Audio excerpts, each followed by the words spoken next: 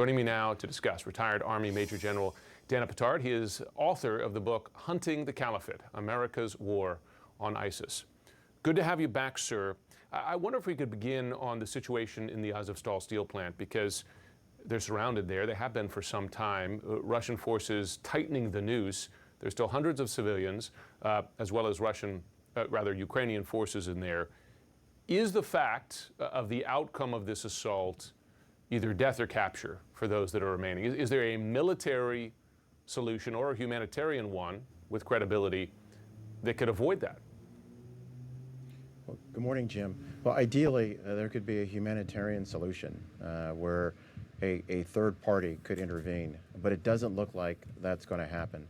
It is encouraging that some civilians are being allowed to actually leave the plant to go through the humanitarian corridors. But the Ukrainian soldiers, who have been so courageous in continuing to fight on and not allowing the Russian forces to take the entire plant, they know what's in store for them. It is unlikely that the Russians will allow them to live after they surrender. So that's the problem here.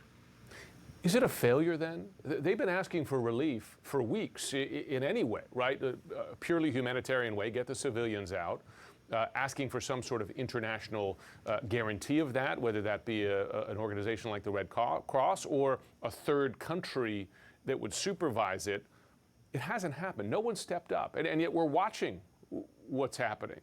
I know the limitations. I know that U.S. and NATO officials don't want to get into a shooting war with Russia. Was there not a way to save these people's lives short of that? Of course, I always think that there is a way that a third country could have possibly got involved, or NATO itself. It would be very difficult for the Ukrainian forces to try to relieve the pressure on the plant.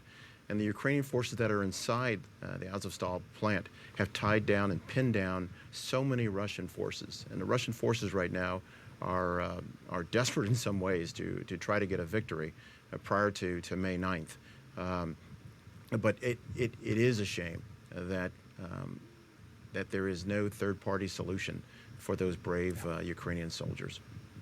It's sad to watch it as playing out before our eyes. I do want to talk about the intelligence that the U.S. has been providing Ukrainian forces. This is not new. It's happened throughout the conflict, and it's clearly helped, as have weapons. The shoulder-fired anti-tank missiles, the shoulder-fired anti-aircraft missiles, now artillery that has helped holding the line in the east. I remember during the Iraq War that the U.S. was aware that Iran was providing technology for IEDs that the U.S. calculated helped kill 600 U.S. soldiers and wounded many more. And that was considered by some American commanders an act of war, in effect.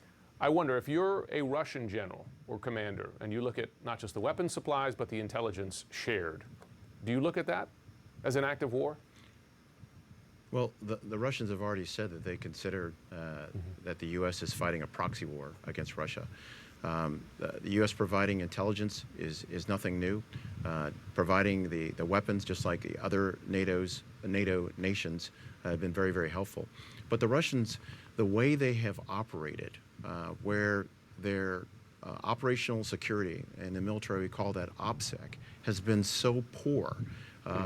They're a centralized force. The U.S. Army is more decentralized, but if something goes wrong in a campaign or an operation, it takes a higher leader, a higher commander to come down and try to straighten it out. Well, the Russian commanders were frustrated, and some of them got on phones. Well, when you do that, someone's going to hear you. The Ukrainian intelligence has also been pretty amazing. Their human intelligence on the ground. So let's give the Ukrainians some credit for also being able to find those general officers.